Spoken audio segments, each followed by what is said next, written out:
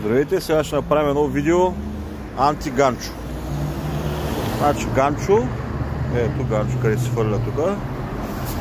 И сега ние ще направим пък така. Оп, оп. Ето. Его кошчето. Его това го взимаме. Сега фасовете няма да ги обирам, ама той ганчо ще е свикнал да се хвърля фасовете. Да, снимаме тук. Копиш разписание. Ако трябва да знаеш, днеска е 17.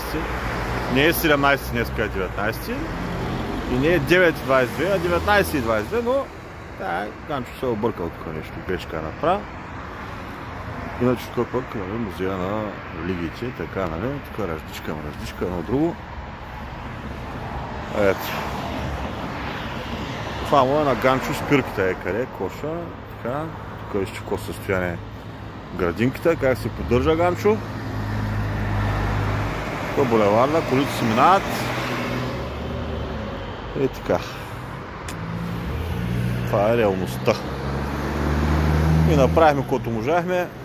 Другото вече зависи от съвестта на своите граждани. Благодаря за вниманието.